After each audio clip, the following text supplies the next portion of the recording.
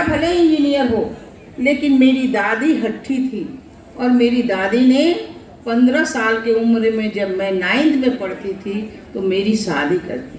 और सबसे ज़्यादा तो कोरोना काल में हमारी बच्चियों ने कितना काम किया, हमारी बेटियों ने कितना काम किया, हमारी डॉक्टर्स महिला ने कितना काम किया, हमारे साइंटिस्ट बहनों ने कितना जो इक्विपमेंट है मेडिकल का बनाया।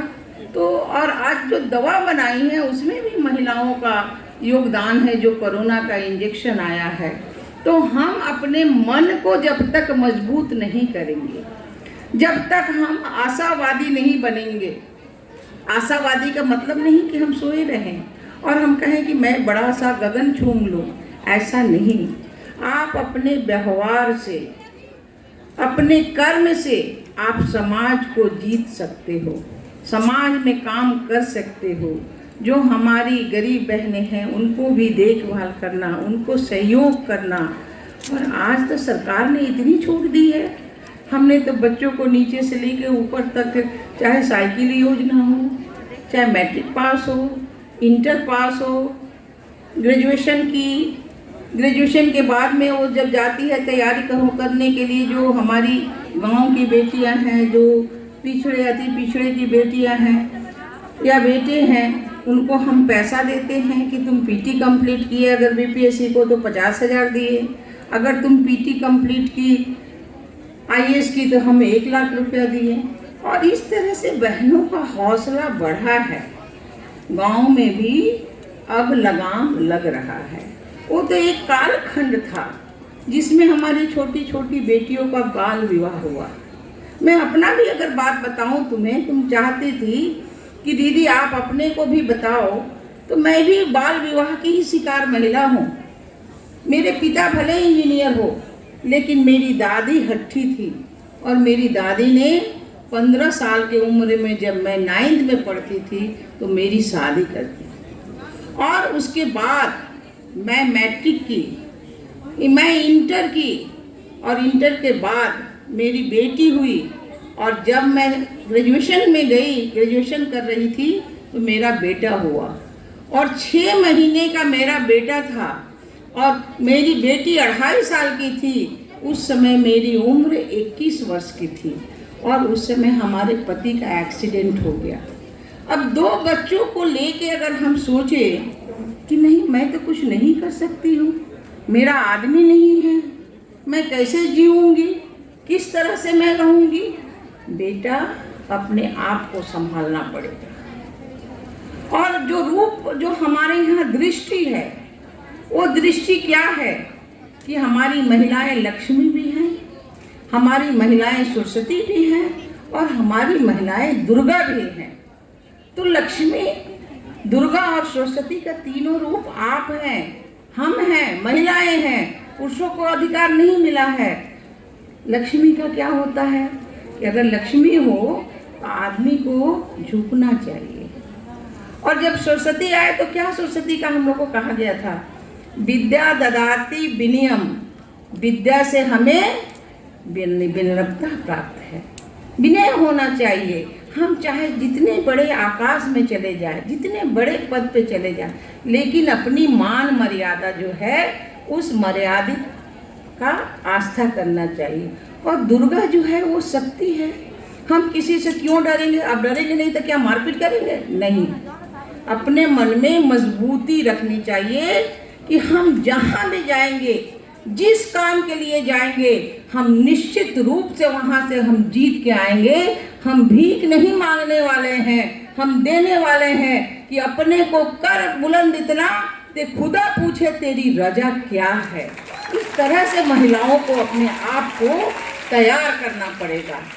और मैं तो बहुत खुश नसीब हूँ, और इतनी खुश नसीब हूँ कि मुझे तो पता ही नहीं चला। जब मेरे पति गुजरे तो 3 महीने के बाद हमने नौकरी कर ली, और नौकरी करने के बाद मैंने 10 साल के बाद, जब माननीय अडवाणी जी, माननीय डॉक्टर मृदुला सिन्हा आज तो नहीं है, गवर्नर थी गोवा की, मुझे जब घर से परिवार से मांगा लोग कि नहीं मेरी बेटी को हमको दीजिए, और हमने बीजेपी ज्वाइन किया। पहले तो मैं दुर्गा वाहिनी में थी, और जब बीजेपी ज्वाइन किया उसके बाद मैंने पलट के घर को नहीं देखा। मैंने समाज के भीतर, मैं कभी जानती भी नहीं थी, क्योंकि मैं एक बड़े घर की लड़की थी। मैं मिशनरी स्कूल में पढ़ी थी और कॉलेज मुजफ्फरपुर में आके मैं पढ़ाई की थी। कलकत्ते में मेरी शादी हुई थी। मुझे गांव इतना ही पता था कि ये घर से 1 किलोमीटर दूर गांव है।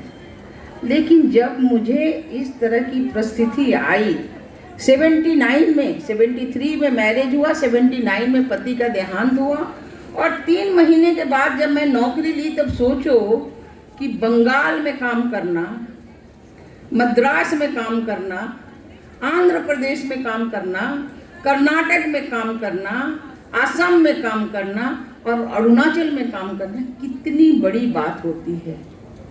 हमने सीखा और हर जगह हमने मिलना, और हमने एक ही प्रतिज्ञा रखी कि जो मिलेगा वो मेरा बाप होगा या मेरा भाई होगा या मेरा भतीजा होगा। और आज मैं खुश नसीब हूँ कि आज पूरे देश में मैं जाती हूँ, मेरा 10 भाई खड़ा होता है, 10 बहनें खड़ी होती है, 10 भौजाइयाँ खड़ी हो जाती हैं, मेरी माँ खड़ी हो जाती है। मुझे कोई दिक्कत नहीं होता है। मैं कहीं चली जाऊँ पूरे देश में, सब लोग जानता है कि रेणु दीदी हैं।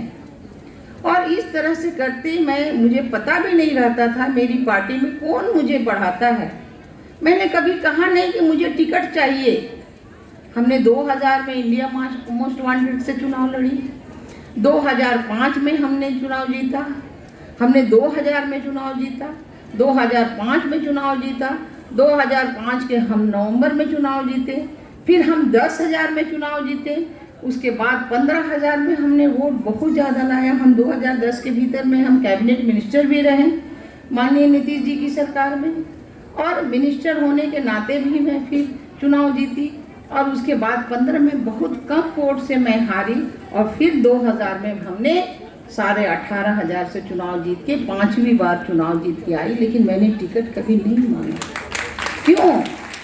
क्योंकि जब आप काम करोगे किसी भी क्षेत्र में, एक काम हम करते हैं लेकिन 1000 लोग हमें देखने वाले होते हैं कि मेरा विचार कैसा है, मेरा आचरण कैसा है, हम भारतीय संस्कृति के अनुसार चलते हैं कि नहीं चलते हैं। और काम तो महिलाएं जहाँ भी रहें ईमानदारी से वो काम करते रहें। किसी भी विभाग को उठा के देख लो, वहाँ जहाँ महिलाएं हैं वो विभाग, चाहे वो स्कूल हो, कॉलेज हो, चाहे वो शासन हो, प्रशासन हो, हर में महिलाएं अच्छे से काम करती हैं। क्योंकि महिला मैनेजमेंट करने वाली, एक बढ़िया मैनेजमेंट करने वाली टीचर हैं, चाहे वो घर का मैनेजमेंट हो, चाहे वो बाहर का मैनेजमेंट हो।